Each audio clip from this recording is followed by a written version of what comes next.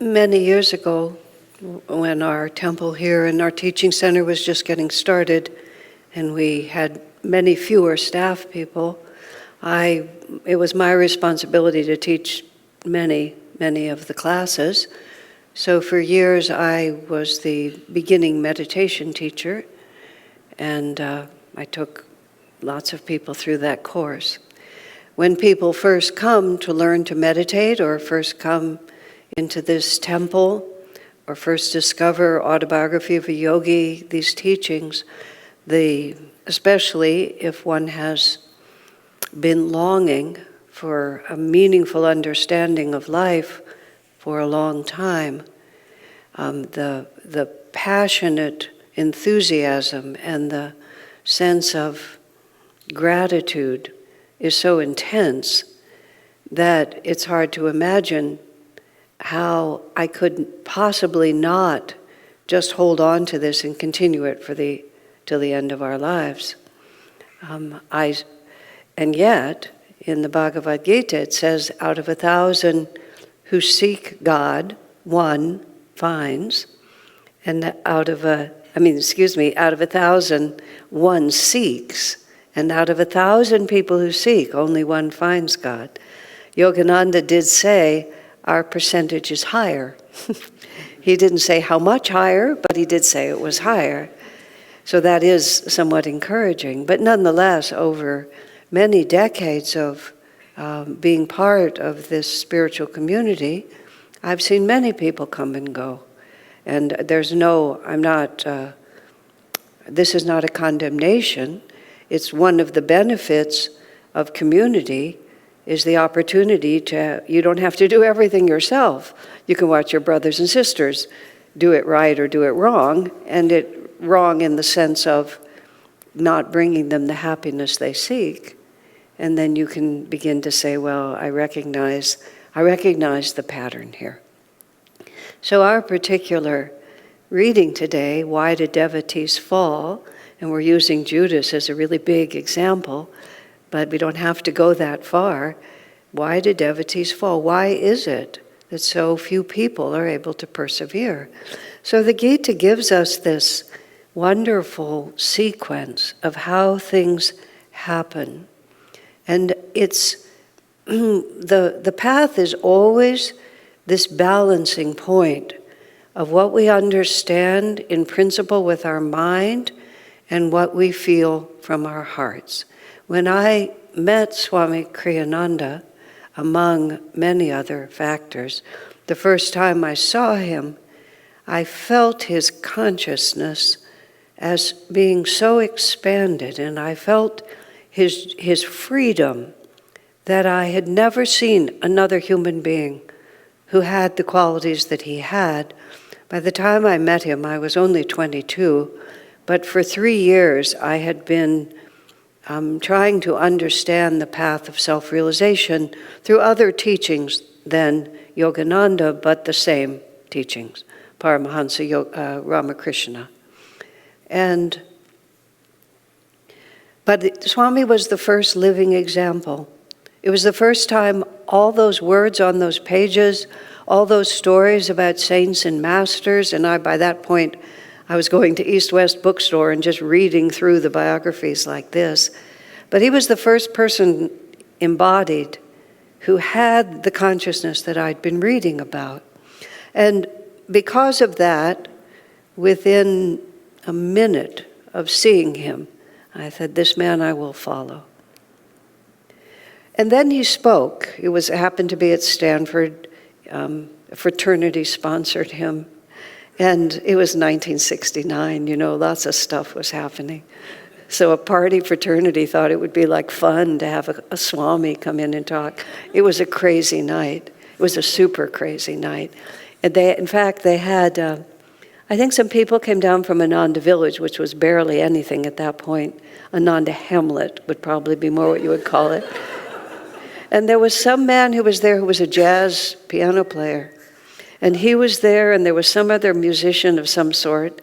And at some point, this is all very vague in my mind, at some point, Swami led us chanting Om, and I have no idea why, and the pianist started going, and whoever else probably was going too. And I kind of remember this cacophony around me. But we were supposed to be chanting Om, but there were sort of like other variations coming out of the room. And the reason I'm saying this is because, there's a story about, can't remember, Oliver Rogers, who was a very devoted disciple of Master. And when Master gave a lecture at some big city where there were 5,000 people in the audience, and Oliver Rogers was way up in one of the high balconies. And much later, Oliver, when he came to Master to be a disciple, because it was a few years, Oliver said, I saw you in Philadelphia or wherever it was. I was in the balcony. And Master said, yes, I remember. Because I'm going to come back to the jazz pianist in just a minute. Because Master traveled, he went back and forth across the United States for many years. When he first came, he called them his spiritual campaigns. He was one of the most popular lecturers in America. Literally, he would go to the concert halls in these major cities. He had a good publicist too. But he would go to these major halls in major cities, and literally thousands of people would come to see him. Now, he did miracles on the stage. He healed people in the audience. And he was such a phenomenon with his long hair and his orange robe. And he was a young man. He was 27 when he came here. So he had all this dynamic energy, and people had never seen anything like him at all. He would sometimes have physicians come on the stage. One would feel the pulse here, and one would feel the pulse here. This one would stop. This one would continue. This one would get fast. This one would get slow. He did feats of strength. He would lie out with just the very tip of his head on the edge of the chair and his heels on the edge of the chair. People would try to push him off, and he would not be moved. This gets attention like that. But one of the reasons he went to so many places is he was looking for his disciples. That's all. He was just looking for his disciples. Out of 1,000, one seeks. 5,000 people, 5 follow through, if he's lucky.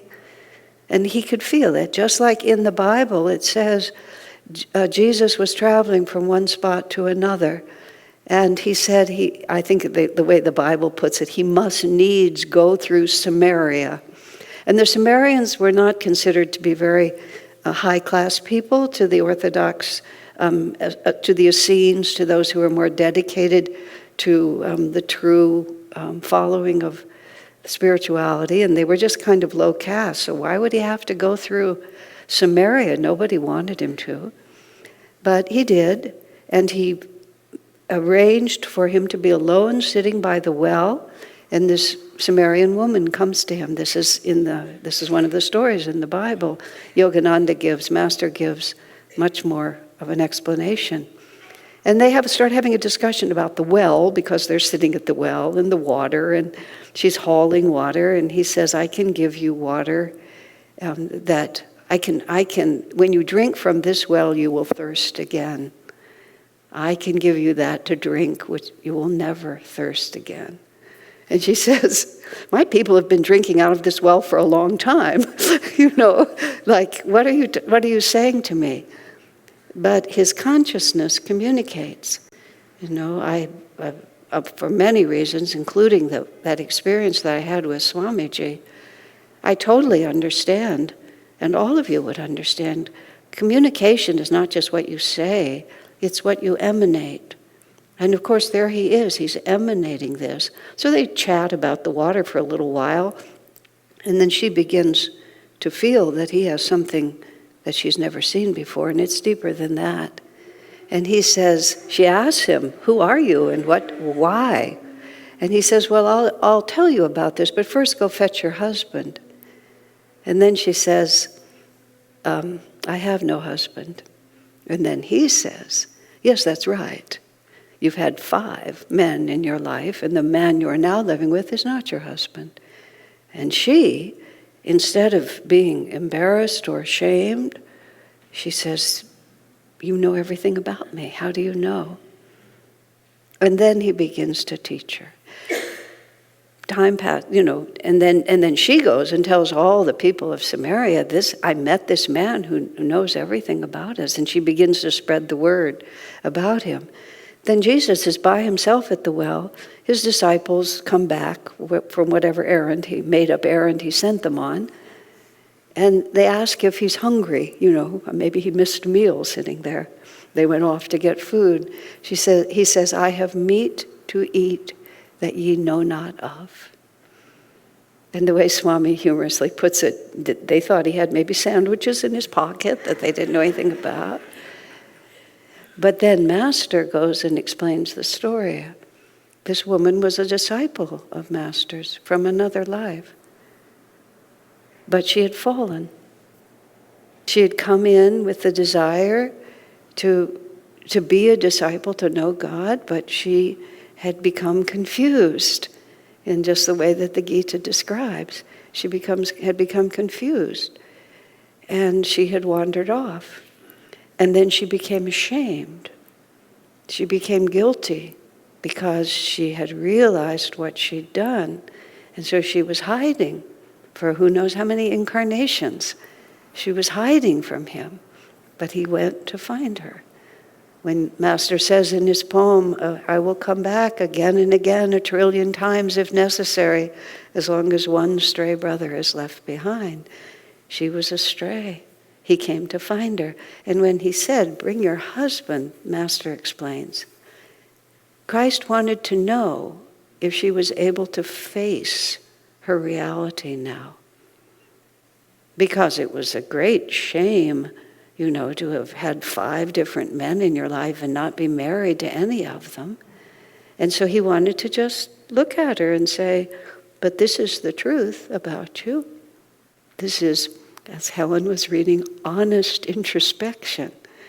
And when she was able to say, "I don't have a husband," he knew she was ready to come back. And what nurtured his soul when they asked him if he was hungry, "I am fed." He was saying, "I am fed in ways that you know nothing about." I mean, if he's going to come back 1,000,000,000 times for that one disciple, can you imagine the joy when he finds that disciple? When he says one stray brother, it means one straying brother is what he's really saying. One of those who started with all this enthusiasm, but somehow lost the thread and ended up over here.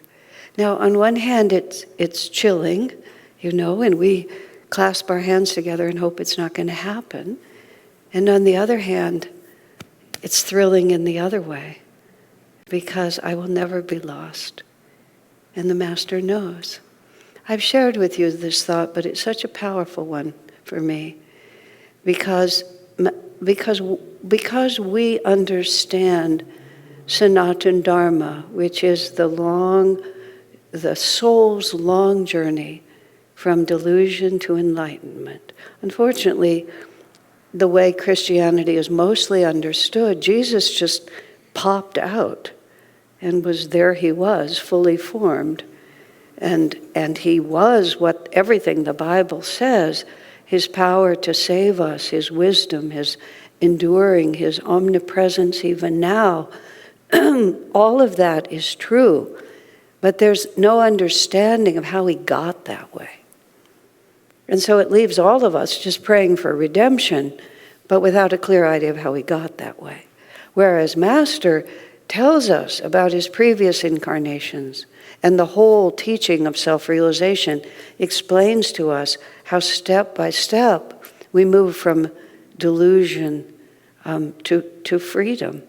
So that means that there's no clever delusion that any of us can embrace that the masters don't sit around and say, "Oh yeah, I remember that one." Because they do. Just like you see little children. Yesterday there was an astral ascension ceremony for the sister of one of our longtime members here, and it was perfect. It just was a perfect experience. It was beautiful, and it included a number of small children who were unclear on the concept of why they were there, because little children are often unclear on the concept. And so to them, it was whatever happened to cross their mind. And this one very small person, about this big, with little tiny feet that were bare, just periodically she was somewhere, just doing something. And when we were having a little goodbye at the altar, she would just come up and go here and there and like that. Everything made perfect sense to her, except she was where she was. And none of us were judging her. In fact, it was delightful. Her presence just added something to it that you can easily see. Suffer little children to come unto me, for such is the kingdom of heaven. That's exactly how the masters look at us. I think sometimes they laugh behind closed doors. This is all just made up, but can you just imagine them changing stories? Who has the most outrageous disciples? Who can tell the stories about the most creative delusions, and the messes that they got into, and then how they eventually got out of them? It's all true. It really is true. To see something clearly, to understand it for what it is not the same as judging it. It just is what it is. They'll grow through it. They'll get bigger. So I'm going to come back now to the jazz pianist. So that night, whatever it was, this was also 1969. Swami was just starting Ananda Village. He'd been out of SRF since 1962. There were lots of things that he was trying to make happen, tremendous amount of energy he was trying to put out. So much later, I said something to him, many years later, I mentioned that I had been at that program there. And he said, "That was one of the worst nights of my life." And then he sort of looked at me and he said, "Well, at least something good came out of it." Like, so much for I remember, like that. But I do remember. My, I remember. But where I was starting with all of that was in that moment after I had connected with him in a way that hasn't shifted in all these years, he spoke. And he talked about something or another. Honestly, I have no idea what he talked about. It's odd. You would think I would have remembered something. I can't remember anything about him. I already had friends who lived at Ananda Village. Suzanne Selby, she's the one, Lakshmi, is the one who basically brought me to Swami. So I knew it was about Yogananda, so I presume he talked about Master. What else would he have talked about? But zero. Except when he finished, I thought, this is the most intelligent man I have ever met. And I like intelligence. It's one of my hobbies, It's just everybody has hobbies. This is one of mine. So it was sort of like, isn't that wonderful? This will be very entertaining. But it was not the deciding factor. By any means. The deciding factor was consciousness, and then I saw what else was going to be there. But when I began to live at Ananda Village, which was a year and a half after I met him, and really began almost immediately to be in close association with Swamiji. He had this, on Sunday afternoons, he would invite a small group of us over to his house for tea, and various other things. My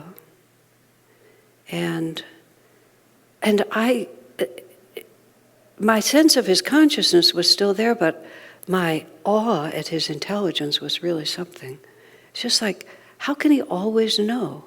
How can he always have just the right perspective on something? How can he keep all the principles straight like that? And of course, I was much more, well, I won't say more, but I was very mentally inclined. I still am. But I also have always known, and of course it's always true, that it's the love of the heart. It's the way we we don't do anything just because we think it. People who just think and don't feel never do anything. That's the sort of intellectual who just sits and ruminates, not the person who achieves. The person who achieves has to have a passion for what they're doing. At a certain point I realized Swami's leadership style, Swamiji led by enthusiasm. He did not really lead by edict or anything like that. He was always having so much fun doing what he was doing that the funnest thing to do seemed to be to get into his wake and go with him. And fun is, in a bigger sense, I don't mean it just triviality. I just mean profound satisfaction. Enthusiasm is a magnificent quality, whatever it might be. But I knew that the heart was the issue, and of course I could feel his heart. But I was intrigued by his intelligence, is the word I'm thinking of.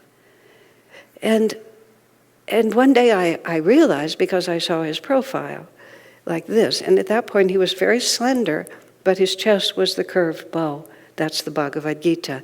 The strung bow. When you string the bow, it curves like that, because the spine is straight and it curves like this. But what happens? Then the heart goes forward. And literally on his profile, his heart was always ahead of his, in front of his head. It was like this, in other words, just like this. Let life come. What does it matter? And because of that, he could see clearly. Just as simple as that. And he's always been the perfect balance. Because, and I want to come to the Gita here for just a moment, because feeling alone can confuse us. Because how do devotees fall? This is the verse in the Gita. We ponder on the things of the senses. And we're not just talking about that handsome man or that beautiful woman or that wonderful home. We're also talking just about all our preferences. This is the way I want things to be. We ponder the things that we perceive through our senses. And we get, for example, righteous indignation at the way people are doing things differently than I want them to be. Or we have our own idea just of how it's supposed to happen. We look to the external world, and then we contemplate things, and as we contemplate them, we become attracted to them. And I don't just mean that we fall in love with them, it's just that we want them to be a certain way. And out of that attraction, we desire it to be that way. And then what happens, we all run this story. Because we desire it to be that way, we get impatient for fulfillment.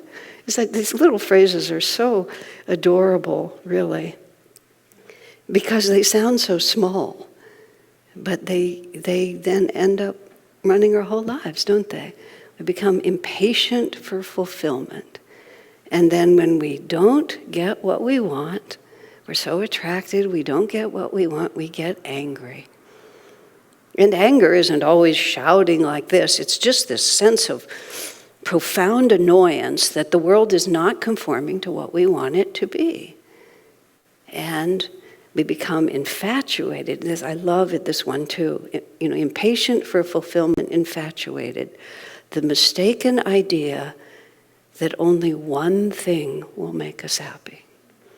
If I don't get my way, if you don't do it the way I want to, if my people don't respect me, if they don't listen to me in the way that I want to, or if I don't get to have this or have that, then, it's all over. And when we get that distorted, then we lose our discrimination. And then we lose contact with what we're doing. And this happens for lots of reasons. And let me go back now. Sometimes my friends say, will I ever get back to it? Today I'm going to get back to every one of them. This is back to teaching meditation classes. And everybody would be so enthusiastic about meditation. They'd be so excited. And I always made my last class, why you're going to quit.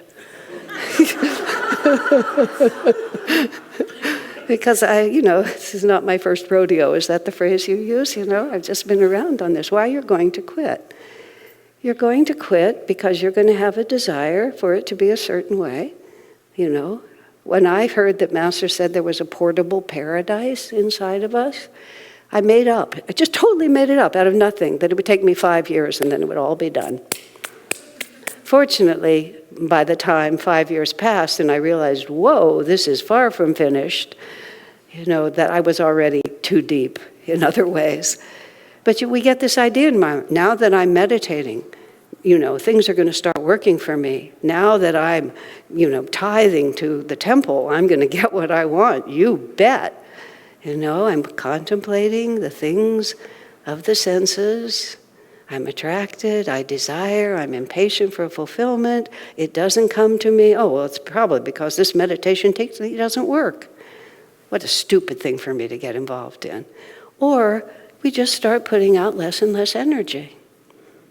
We no longer have satsang, we no longer keep studying, we just put out less and less energy, and gradually it just fades away.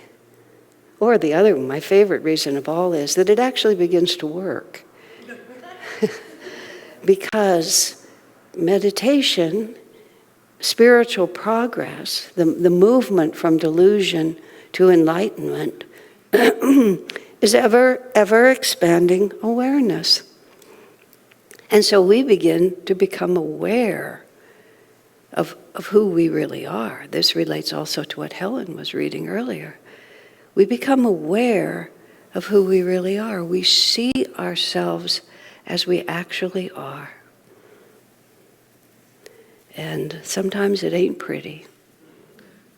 And sometimes, like that poor woman of Samaria, what do? You run away. Because if I don't see it, then it must not be true. Like this, right? Even though we don't change just by wishing.